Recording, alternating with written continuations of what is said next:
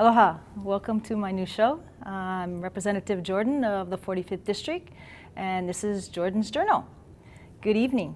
I'd like to introduce you to my special guest this evening, William Aila Jr. with Department of Land and Natural Resources, the chairperson, and Maile Shimabukuro, Senator for the Senatorial District 21. Welcome. Aloha, Joe. Thank you, Joe. Thank you for joining me. I'm going to kind of keep this casual since this is my first show out of the block, and I'd like everybody else to get to know you as well as I know each of you. And let's start with William. Your background with Waianae. Okay, Joe. I was born and raised in Waianae at a time when the present location of Long's Drugs was nothing but kiawe trees, and my grandfather had cows tied up right where Long's Drugs is, and all that shopping mall is right now. I lived right across the street when it was a 2-lane highway, not a 4.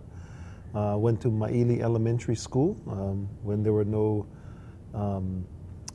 fancy blowers to keep the flies out of the cafeteria. From Waianae Intermediate, from Maile Elementary School, I went to Waianae Intermediate School. Had lots of fun there, made lots of good friends there, and then on to Waianae High School. And graduated from Waianae High School in June of 1976, and enrolled at the University of Hawaii the following semester. So I started school in September at the University of Hawaii, and graduated from the University of Hawaii with a degree in General Tropical Ag in May of 1980. So that's my background. Born and raised in Waianae. I have pretty much dove the entire Waianae coast. Gone through about half of the mountainsides there. Not all of them, about half of them.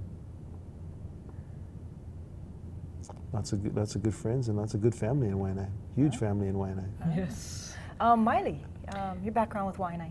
I moved back to Waianae at the age of about 3 with my family.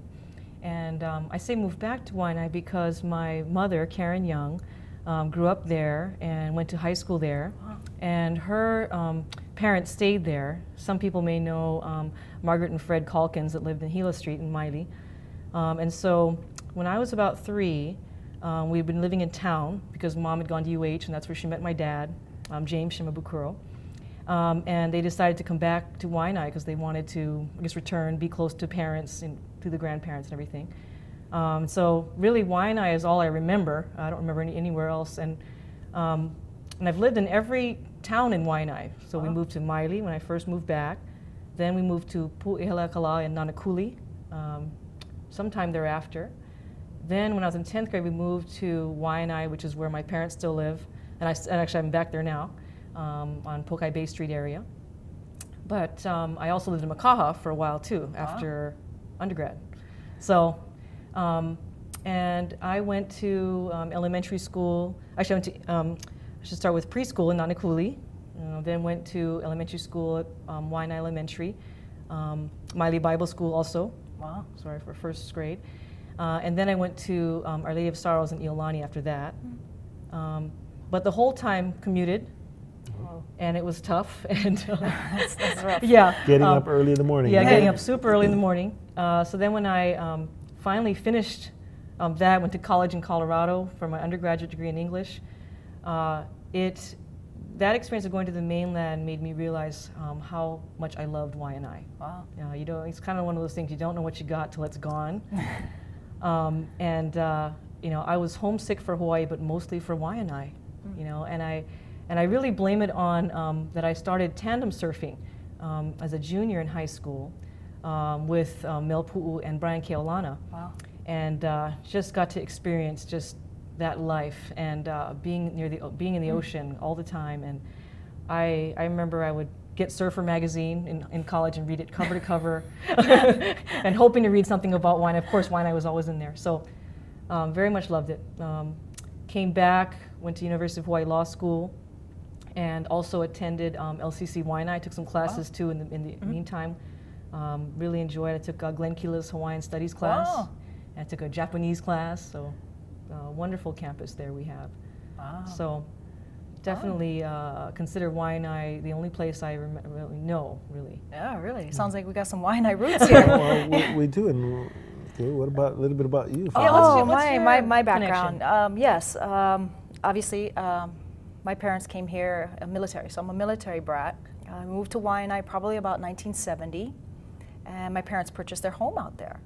So I was still attending Pearl Harbor Elementary at that point in time, so we were always allotted to make decisions as youth. So I asked my parents if I could finish out the 6th grade at Pearl Harbor L and started with the intermediate. So I went to Waianae Intermediate, Waianae High, and did all my youth days out there. When we originally moved out there, we actually lived in Maile. And we moved to Lulole area up above the post office in probably about 1976. And I still reside in that same residence. Unlike you folks, I didn't go off to college. I tried college a couple times, and work was always more important for me. But growing up on the coast, like you're saying, once you start living out there, you begin to live the community. You just love it so much, and it'll take a lot to make you leave. It really would. I treasure the place, and it's just a sense of being out there. So I love it. I love it. I won't give anything else up for it. So you went to the College of Hard Knocks then? Yeah, I was gonna kind of keep that on the down low, but yes, actually, I went to the School of Hard Knocks and life lessons. Yeah. And you know, as you get older, you do appreciate. I appreciate the educational end of it, but I appreciate learning the hard way too. You get a little bit thicker skin and harder substance too. So. We all spent a lot of time on the beach, I'm sure. Oh, right? yes. Different beaches? Love the beaches. I remember Maile when it wasn't a park. It was just Maile Beach. It was like sand dunes. Yes, it was. It was sand dunes. It was actually sand dunes, not a beach park with pretty grass. But now we got, you know, beautiful a park, and people have nice events out there. Easter egg hunts, yeah. Yeah, I remember the boat harbor when it was at Pokai Bay instead of where it's at now, you know. So yeah, I guess we can all start dating ourselves. I too was a graduate of Waianae High School. I'm the class of '80, so well, I guess William didn't realize this. We're not that far apart. Yeah, we are. William, what did you actually do before your current position? Well, I did many things, but the last thing that I did for the longest period of time was I managed the boat harbor for the department that I'm now the chair of. But the division is the Boating and Ocean Recreation Division. The Waianae Boat Harbor consisted of like 47 acres of fast and submerged lands. We had 146 slips, 7 lanes to launch boats, and people used to wonder when they built the Waianae Boat Harbor, why did they need 7 lanes? Because at that point in time, the next largest, well, the largest launch ramp on Oahu consisted of 2 lanes. Wow. And so when Waianae was designed, it was designed with 7. And if you've been through any kind of summer with a decent ahi run, then you surely will understand why you need 7 lanes.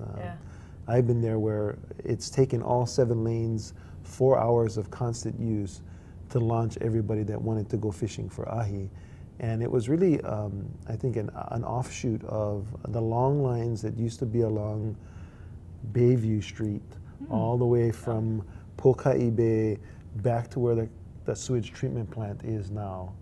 And it's those long lines that taught the planners and the designers when they built the new harbor of the demand that was to be expected at the Waianae Boat Harbor. And I think the demand surpassed all of planning. I mean, you know, the fondest occasion I can remember at the Waianae Boat Harbor is being down there at 4 o'clock in the morning and seeing the line to launch boats start at the launch ramp, go out that, you know, close to quarter-mile roadway that leads into the harbor from Farrington Highway, and then from Farrington Highway all the way back to the Taco Bell. And this is people getting their boats ready to go fishing on Farrington Highway at 4:30 in the morning. Wow. So, you know, fishing is a very important activity, not only in Waianae, but for the rest of Oahu. Everybody that comes to fishes in Waianae sooner or later. Maile, your background before becoming our senator?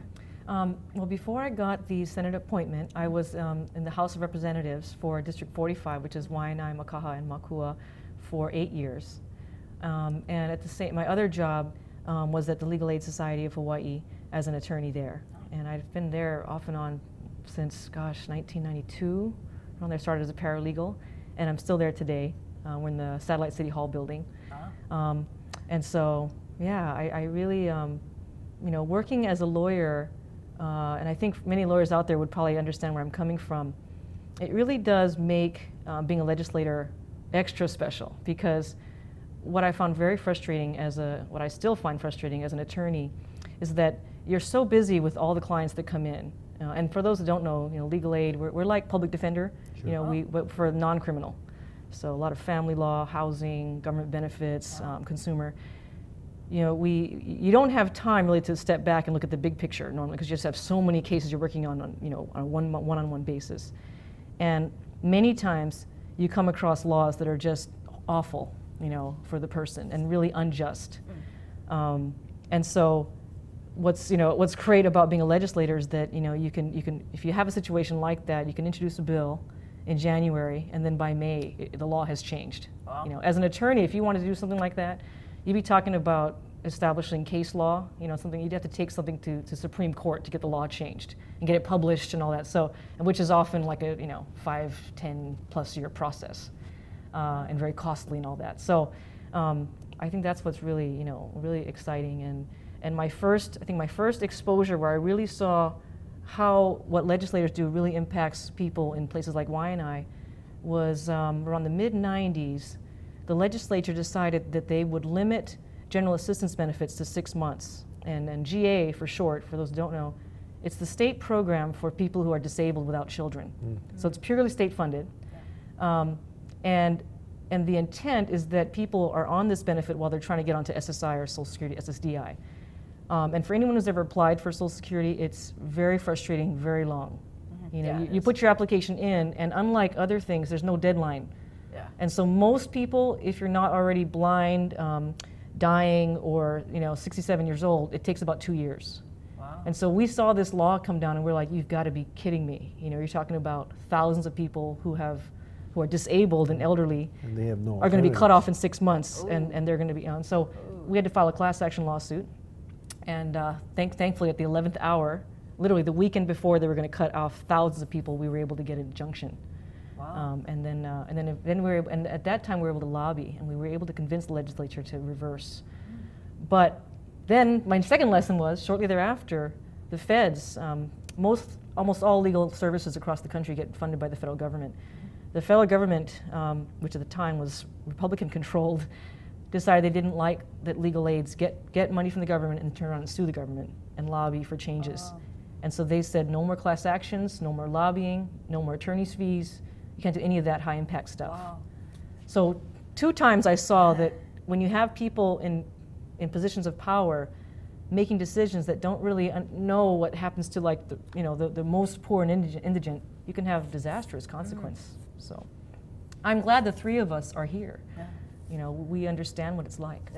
Or worse yet, those government agencies not caring. Yes. It's one thing to not know, it's another thing to not care. And that happens too.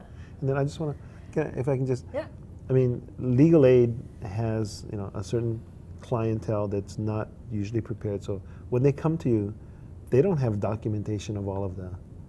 So you have to build that record. That's what's different about being a legal aid attorney, because it's not like being a regular attorney where your client comes to you and says, here's all of my papers. Yes. Right? Oh yes. You know, it's really almost, I'd say, 50% social work. You know, you end up doing, because a lot of our clients are disabled, you know, mentally, physically, in other ways, or they just come from very disadvantaged, you know, background, and and a lot of it is, you know, you gathering the evidence for them, you know, holding their hand just to make a phone call, or just to read something they don't understand, you know. I mean, so it's you're not dealing with the kind of, you know, clientele that you'd see at a corporate law firm, you know. Or, so very, very different, but very rewarding. So rewarding. And what about you, Joe? Question. What did you do before? What did I do before this? that's how I got to meet you folks. I was doing a lot of community work, neighborhood boards, seeing a lot of groups, nonprofit organizations, as well as my line of work. I've done taxes and accounting for about the last 30 years, and which has been nice. Stepping into this, you know, it's given me that structure with dollars and cents, and doing all the community service has actually allowed me to, you know, be able to deal with a lot of the issues that I learned out in the community. And but you helped out a lot of folks too. I mean, there are a lot of elderly folks on the coast that you did their taxes for. Oh yeah, oh yes. yes. There's a lot of Helped people them, out there that right? they've known me for a long time. I've been on cleanups with both of you, you know, Yes. picking up trash Yeah. along the way. And I think we've all kind of gotten our fingers a little dirty out there, and the Waianae sand and mud and everything else, cleaning everything else. Oh, if you don't lead by example, then people won't follow. Right. Yes. William, could you describe your new position that you're in now? Well, my new position is moving at the speed of light with trying not to get burned. That's exactly what it is. I mean, I come to work, usually I check email before I come to work. I drive in, I commute from Waianae. It's nice to commiserate with all of those folks on the road. Yeah, it is. Come into work, and I usually get a whole series of briefings on a whole magnitude of issues and challenges. I won't call them problems, I call them challenges. And then I get briefed, we discuss it with my staff, and I make a decision. And then I get briefed, and I discuss it with my staff, and I make a decision. And when I go home, I get briefed by my wife, Melva. We talk about it, and I make a decision. And that's how my day goes. But that's the mechanics of it. I'm responsible for basically every piece of land from the mountaintop to 3 miles offshore, including regulatory overview of private properties, and in some cases regulatory overrule of federal properties. So like Army training lands, Army training events, some historic preservation. I am the State Historic Preservation Officer, and so any kind of federal consultation that's required by Section 106, this is the Historic Preservation, National Historic Preservation Act, or the NAGPRA, the Native American Grave Protection Act, that applies to all federal agencies too, and we have to concur with the processes that are occurring.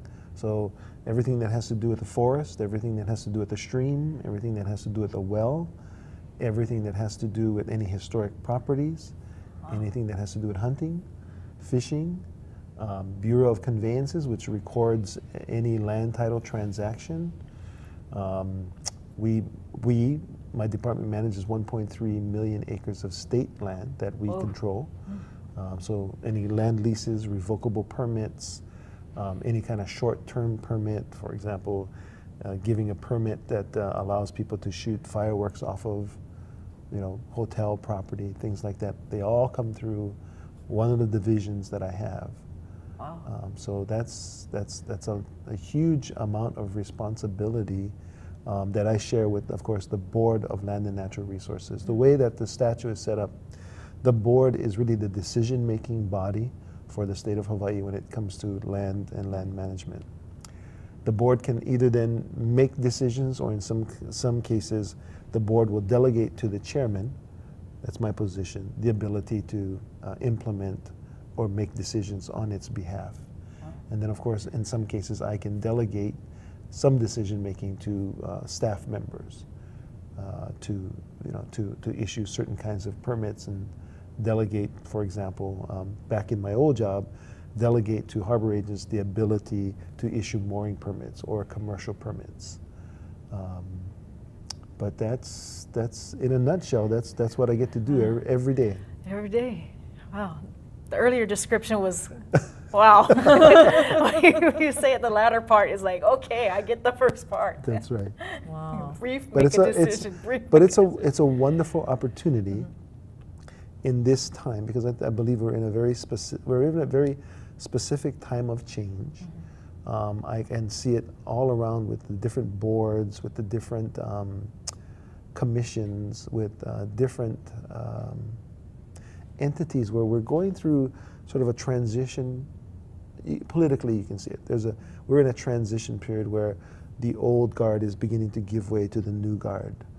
In terms of many nonprofits, you see the same thing. Nonprofits that have been established for a long period of time, they're getting ready to hand over the responsibilities for running those nonprofits to the next generation of leaders. So we're at this pivotal time, I think, throughout Hawaii, in many, many different layers, whether it be government or nonprofits or other organizations.